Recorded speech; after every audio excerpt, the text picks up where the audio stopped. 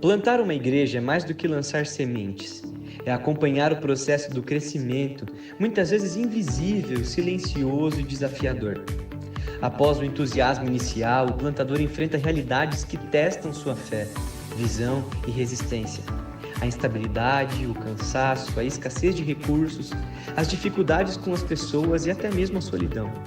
Por isso, a perseverança é uma virtude indispensável. É sobre isso que vamos refletir nessa palestra. Perseverança no plantio, com o pastor Oswaldo Prado.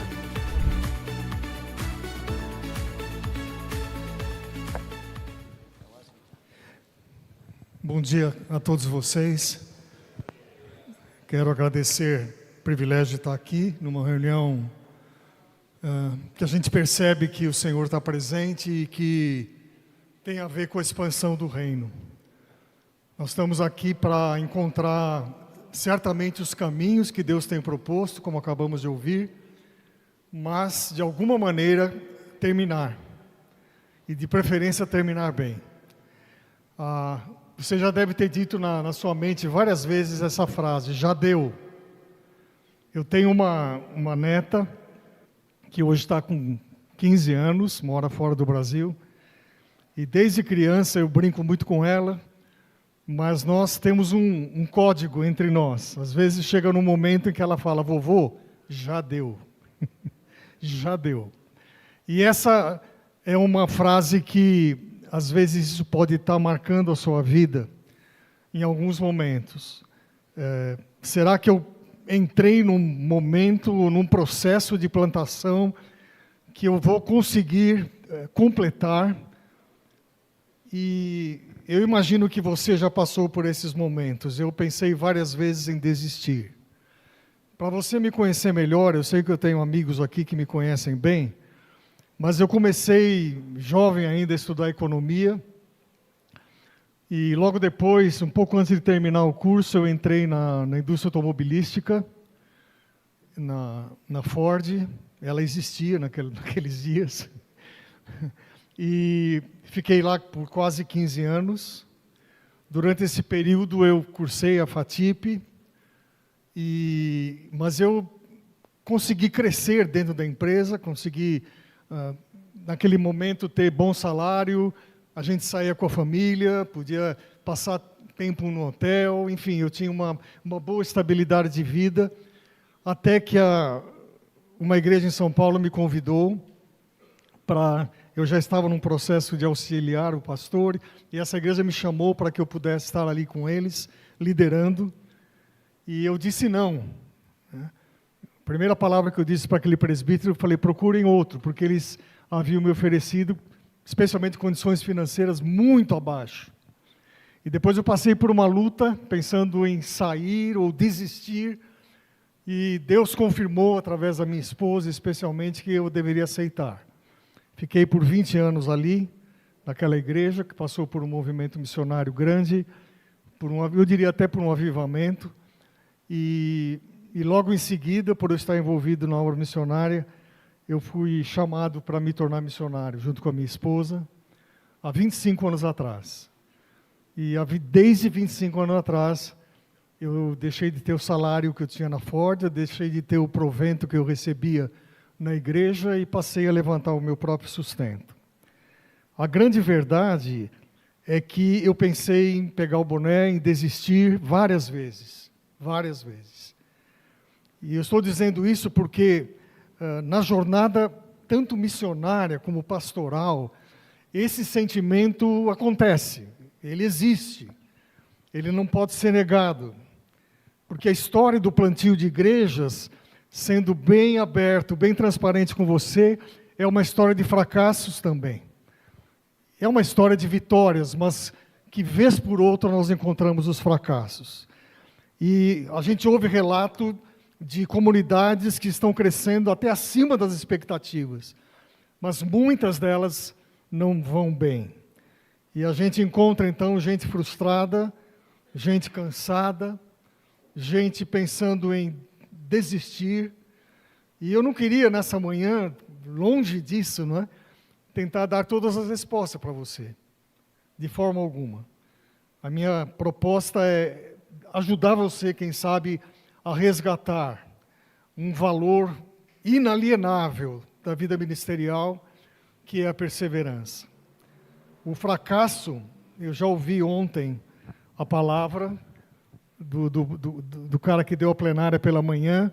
O fracasso é uma expressão, uma palavra, eu diria assim, muito poderosa. Ela carrega uma conotação negativa.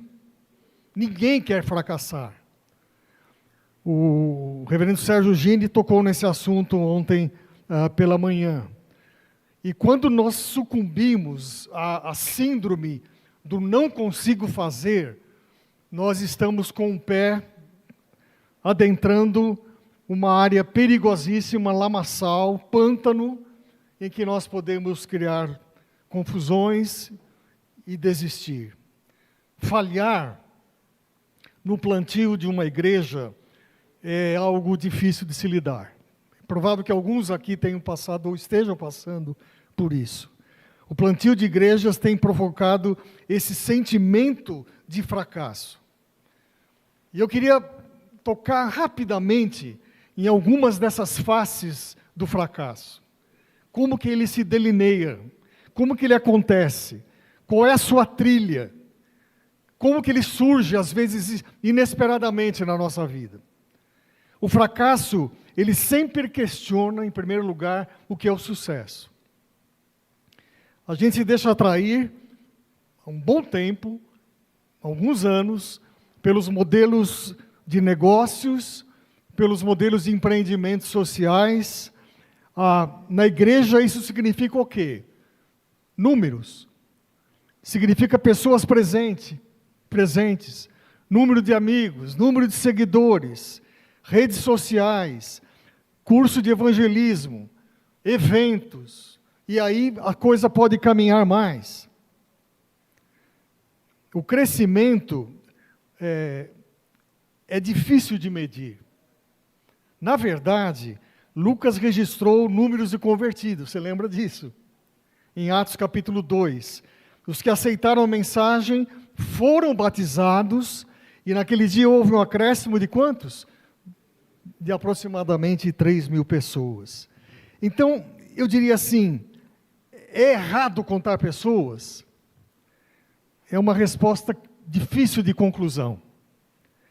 A ira do Senhor contra Davi, de contar os números, foi exatamente porque ele confiou na sua força e no seu poder. O texto de 2 Samuel 24 diz que o Senhor, escute bem isso, o Senhor permitiu que Satanás ensinasse ou incitasse o coração de Davi a fazer aquele censo.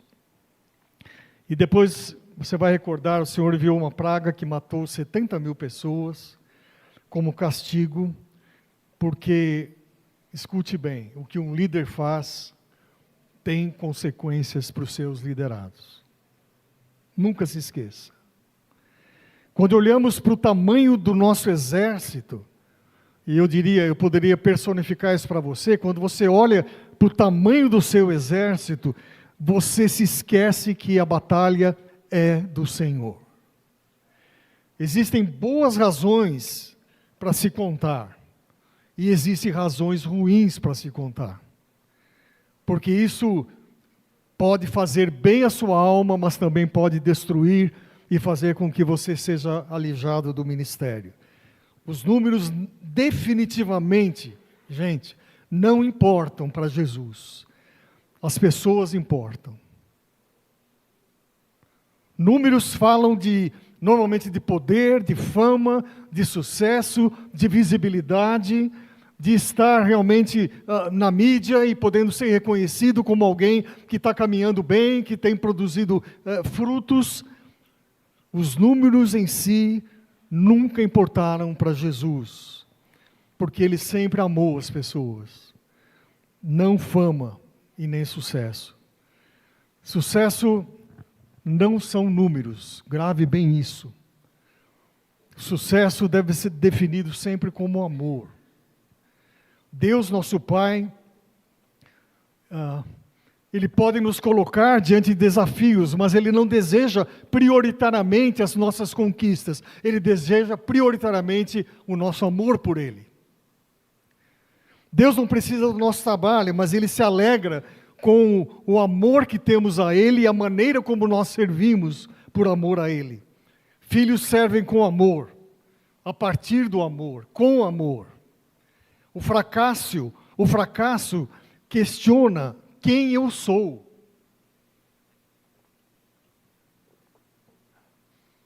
É por isso que o fracasso pega o coração da gente. O fracasso, ele caminha, às vezes, de forma invisível, sorrateiramente, mas ele mina o coração. Ele destrói as raízes que estavam sendo plantadas. Quando você fracassa em algo, você expõe o seu eu. Quando você fracassa, você expõe a sua identidade. Quando você fracassa, o seu valor, a sua esperança, o seu sonho está sendo de alguma maneira visibilizado por outros. E o problema é que você permite que o fracasso mostre quem você é. E em vez de Jesus, ele fica obscuro, mas foi ele que um dia o fez filho de Deus. Eu posso estar tão enredado no meu ministério, buscando uma palavra de apoio, um elogio. Já passei por essa experiência nos 45 anos de ministério que eu tenho, mas levanta a pergunta: quem eu sou? Quem eu sou? Eu sou prioritariamente plantador de igreja, ou eu sou filho de Jesus? A questão é o que me define. Por favor, entendam isso. O que me descreve. É nesse momento que a perseverança poderá começar a criar raízes no seu coração. Mas quando isso não acontece, o caminho da desistência, do fracasso, da desilusão aparece. Então eu creio, junto com você, que o movimento de plantação de igreja requer tenacidade, requer força, e eu diria até que requer teimosia, no bom sentido. Porque essas coisas fazem parte daquele que está alicerçado na rocha, que é o Senhor Jesus. Eu levantei algumas histórias interessantes de pessoas que fracassaram, como eu fracassei, possivelmente você fracassou, tenha passado por essa experiência. O Walt Disney, fundador da Disneylândia, ele foi demitido do trabalho que ele fazia no jornal. Sabem por quê? Falta de ideias. Acreditem. E depois ele construiu esse império enorme que é a Disneylândia. O Leon Tolstói, autor daquele famoso livro Guerra e Paz, ele foi expulso da faculdade e eles disseram que ele era um cara incapacitado. Depois se tornou um escritor mundialmente conhecido. Michael Jordan, o maior jogador de basquete do mundo. Aquelas cestas que ele fazia, que ele ficava parado, né, no ar, enquanto ele fazia a cesta. Só que ninguém sabe que quando ele era mais novo, ele diz o seguinte, textualmente, eu faço questão de ler: eu perdi mais de 9.000 lançamentos na minha carreira. Eu perdi quase 300 jogos. Em 26 ocasiões me foi entregue a responsabilidade de fazer o lançamento que daria a vitória e eu errei. E esse cara depois se tornou o que a gente sabe. Beethoven foi professor de música. O professor dele disse que ele não teria nenhum futuro como compositor. Winston Churchill se tornou primeiro-ministro da Inglaterra na Guerra Mundial com 62 anos. Tem esperança para mim e para alguns aqui. Não é? E eu termino com um cara chamado Henry Ford. Esse cara salvou minha vida, né? Porque ele faliu por 5 vezes, mas ele se reergueu e depois ele plantou a fábrica em que, no mundo inteiro, né? E uma delas eu tive a oportunidade de trabalhar por muitos anos. Graças a Deus que ele não faliu mais. Nunca se esqueça, algo bem importante que eu quero que você reflita. Muitas vezes os sonhos são resultados da visão, mas quem dá concretude é a perseverança. Entende isso? Há muita gente, de alguma forma, trabalhando alguns sonhos que Deus deu. E você tem certeza disso. Você tem plena consciência que o Espírito de Deus tem aberto visão para você. Mas as conclusões e os ciclos se fecham com a perseverança.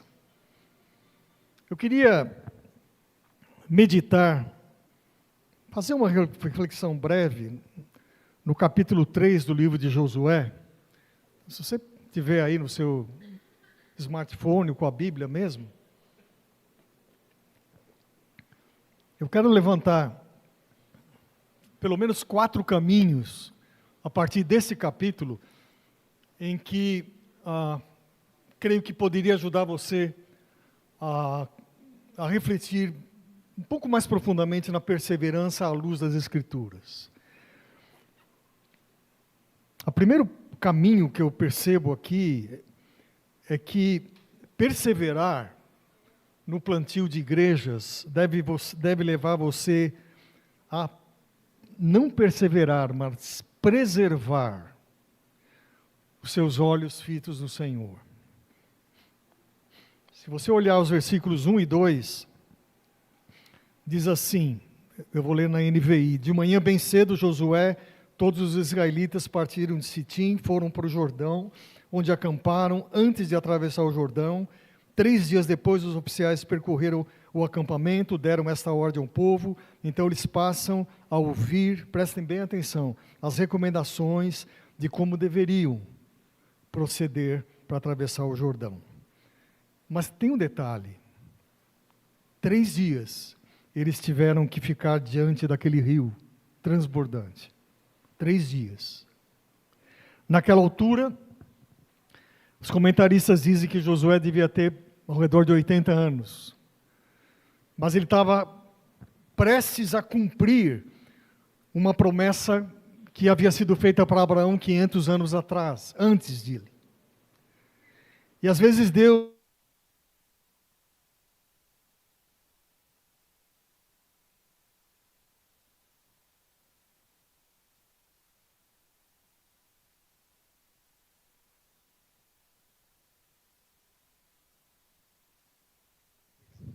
Obrigado. E o Senhor às vezes faz com que essa mesma situação aconteça com a gente também. Moisés conseguira chegar até o limite do Rio Jordão, mas não fora permitido a ele atravessá-lo. E Deus faz com que essa mesma situação aconteça. Algumas vezes não vamos cruzar o rio, você não vai cruzar o rio. Lamento dizer isso para você. Outro vai cruzar. Mas o que precisa ser colocado aqui é que nessa narrativa de Josué capítulo 3, a perseverança significa olhar firmemente para o Senhor. Você sabe o que é um espala? Se tiver músicos aqui, acho que alguns vão saber, né? Algum tempo atrás eu estava ouvindo uma orquestra sinfônica, ouvindo e vendo, né? E aí, um pouco antes da apresentação, o maestro teve o cuidado de fazer com que um violinista começasse a tocar algumas coisas. E esse violinista estava sentado exatamente à esquerda dele e numa cadeira próximo a ele. Era aquele que tocava o primeiro violino. E o espala é o músico que, de alguma maneira, vai produzir o elo entre os demais instrumentos. Ele é a pessoa que tem que estar afinada com o regente e, em seguida, com os demais músicos. O regente não pede para o segundo violinista tocar. Quem toca antes de todos é o Spala. E o Spala, portanto, ele tem um lugar até visível, que se você perceber nas orquestras, ele vai estar bem perto do maestro. E depois, os caras que tocam o segundo violino vão tocar. Mas eles esperam. Amados, eu gostaria de estar errado, mas a igreja evangélica, hoje, em geral, é uma igreja de músicos do primeiro violino. É gente que quer tocar, mas quer ser aquele cara que vai aparecer primeiro, que vai despontar. Nós criamos essa imagem, né, de não esperar. Queremos cruzar o rio, custe o que custar. Não dá para esperar mais 3 dias. Ficamos desiludidos. E eu queria dizer para você, preserve os seus olhos fitos em Deus. Continue a olhar para Ele. E deram essa ordem ao povo, quando virem a arca, estou lendo o versículo 3, a arca da aliança do Senhor, o seu Deus, e os sacerdotes levitas carregando a arca, saiam das suas posições e sigam-na. A arca é mencionada pelo menos 7 vezes, somente nesse capítulo. E o que diz aqui é que quando eles vissem a arca, eles poderiam sair de onde eles estavam e caminhar. Para isso você precisa estar com os olhos fitos no Senhor. Quando Ele move, você se move. Quando Ele para, você para. Os manuais de administração, e eu estudei um pouco essa área quando era jovem, eles dizem que os melhores administradores são aqueles que são proativos. São pessoas que têm iniciativa, né, que sabem liderar, que sabem tomar decisões, que não ficam parados. Gente, o reino de Deus não tem esses valores, por gentileza. Podemos ser bons administradores, podemos ser pessoas que planejam o futuro, os dias que virão, mas nós servimos um reino em que há momentos em que você tem que parar e fitar os olhos no Senhor. Descansar nele. A perseverança tem essa característica de parar. Não é a perseverança que torna você ansioso por alguma coisa.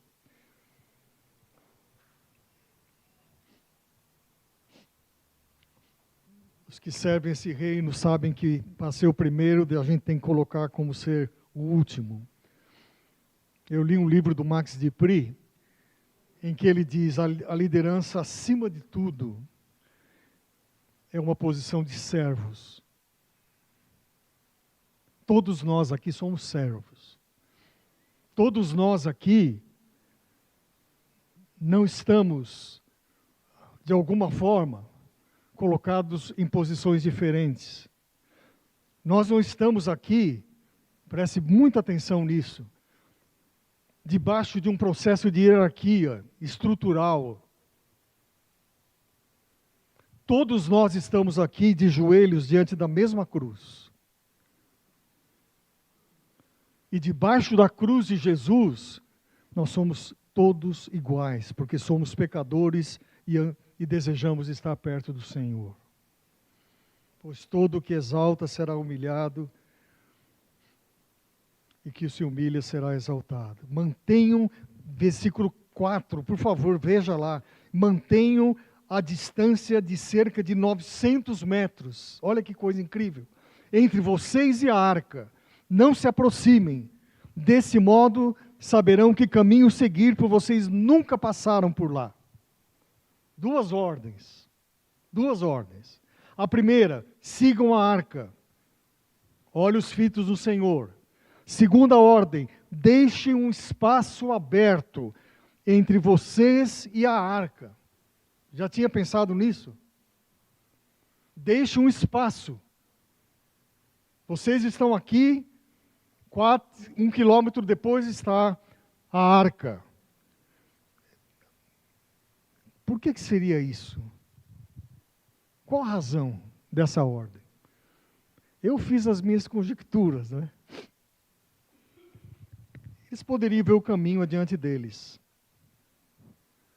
Se você está num aglomerado, perto de muita gente, imagine perto da arca, você não consegue ver o que está lá na frente. Se houvesse muitas pessoas ao redor da arca, eles não conseguiriam ser guiados por ela, eles não saberiam o caminho. Quando coloca-se diante de você o plantio de uma igreja, você tem tido cuidado de deixar que o Senhor vá adiante, espaço para Ele agir. É incrível, não é, esse paradoxo, porque você tem que se aproximar do Senhor, mas em alguns momentos você tem que se afastar.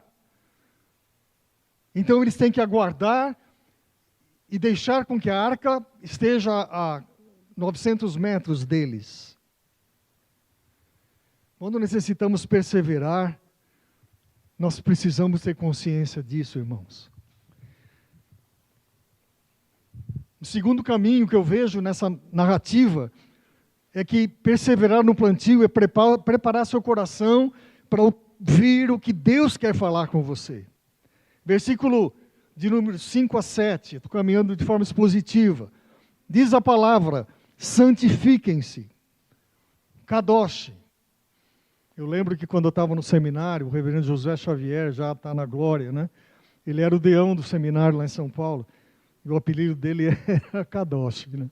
Então a gente sempre chamava ele e ele brincava com a gente. Mas essa expressão é como que colocar-se à parte, ser consagrado.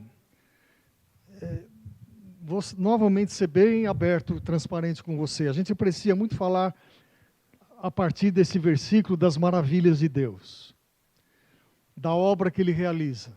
Tudo isso é real e verdadeiro. Mas existe um fator determinante que chama-se santidade. E nós temos substituído santidade pela neurolinguística, pelos livros de autoajuda. Sabem por quê, prioritariamente? Porque eles não tratam do caráter. Esses livros não tratam.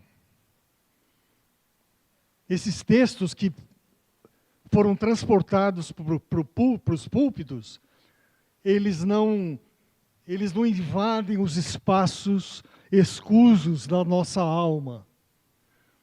Ele não penetra dentro da nossa mente para que haja a fertilidade da presença do Espírito Santo. Eles eximem as pessoas de tratar da vida íntima, da vida do casal, da família, dos relacionamentos, da sexualidade, todas as áreas possíveis. Então a espiritualidade passa a ser um movimento de frases bem feitas, não é? Frases bem feitas. E você sai feliz, não é? Você sai feliz porque você ouviu uma mensagem e você fala, cara, uma palavra boa, né? Aquilo alegrou a sua mente, alegrou o seu coração, mas não trabalhou no profundo da sua alma. Olhos fitos em Deus, corações com santidade. Eu não vou ler agora, por causa do tempo, mas o Salmo 15, se você reler, ele vai ajudar você a entender bem o que eu estou falando. O Salmo 15 trabalha 3 questões básicas, né? Integridade, justiça e verdade. O Salmo 15 trabalha a integridade, tem a ver com a nossa maneira de falar. Está lá escrito, não use a sua língua para difamar. Ele trata da justiça, porque o plantador ou o cristão, ele mantém a palavra. E ele trata da verdade, porque de coração ele fala a verdade. Ter o coração preparado é exatamente isso. Terceiro movimento aqui no capítulo 3, que perseverar se precisa escutar, antes de tudo, as instruções que Deus vai dar. Versículo 8 diz, você é quem dará a seguinte ordem aos sacerdotes, quando chegarem às margens da água do Jordão, o que está aqui? parem. Parem no rio. Chegando aí, parem. Aqui, gente, não era o povo, eram os sacerdotes, eram os líderes, eram os pastores. O exemplo vinha deles. Os sacerdotes é que deviam parar. Você vai até aqui, mas você para. A segunda instrução, vinha mais clara ainda. Colocar seus pés no Rio Jordão. Quando vocês fizerem isso, acontecerá algo extraordinário. Resumindo, o ensino do Senhor era o seguinte: coloquem os pés nas águas. Quando eu trato desse tema, gente, para você de alguma maneira ser reerguido, animado, fortalecido pela palavra, não esqueça que há o momento de parar, mas há o momento de você colocar os pés nas águas. E é nesse momento que o Senhor vai mostrar o seu poder. Nós somos uma igreja centrada na palavra, nós somos uma igreja que tem preservado os valores do reino, nós somos uma igreja que tem se preocupado com a integralidade da missão. Nós também precisamos ser comunidades plantadas que pisam nas águas.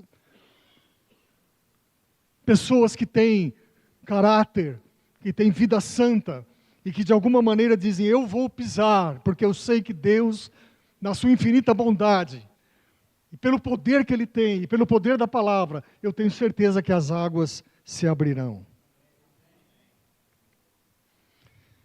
Colocar os pés nas águas significa conhecer o Deus que servimos. Só coloca os pés nas águas, gente, quem conhece Deus, tá? Não dá para fazer de forma diferente. Colocar os pés nas águas não é somente crer que Deus fará, mas é não duvidar que Deus fará. Quantas forem as promessas feitas por Deus, tantas em Cristo tem o sim.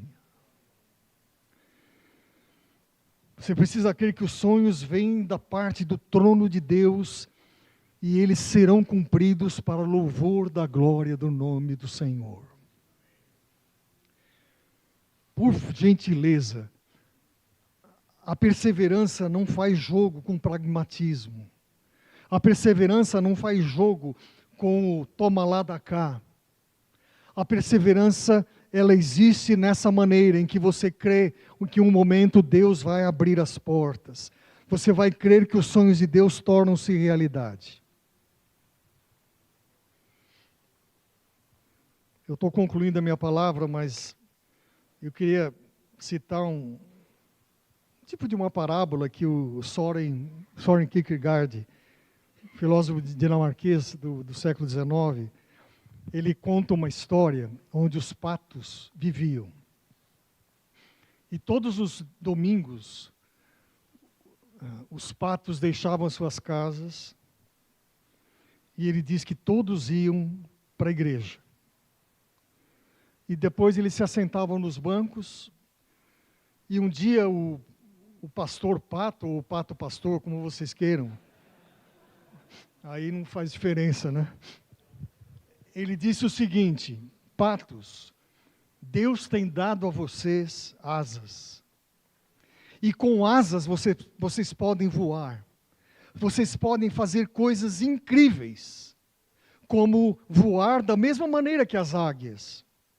Não há muros que possam confinar vocês. Não há limite para vocês. Deus deu asas para vocês voarem como os pássaros. E naquele domingo os patos voltaram para casa, do jeitinho deles. No final do sermão, a pataiada disse amém. Mas chegaram em casa e a vida deles continua a mesma. Os jovens se cansam e ficam exaustos, os moços tropeçam e caem. Mas aqueles que esperam no Senhor renovam as suas forças. Voam alto como águias, correm, não ficam exaustos, andam e não se cansam. O Ed Stetzer, ele afirma que a maneira do plantio de igrejas mudou nos últimos tempos. Escute bem isso.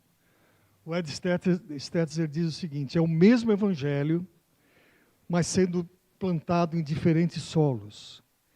Mas isso requer pensar sempre biblicamente e missiologicamente. Continue com os olhos fitos nele. Prepare o seu coração em santidade. Pare de correr para ouvir as instruções de Deus. E lembre que os milagres acontecem por intervenção direta do Senhor. Deus os abençoe.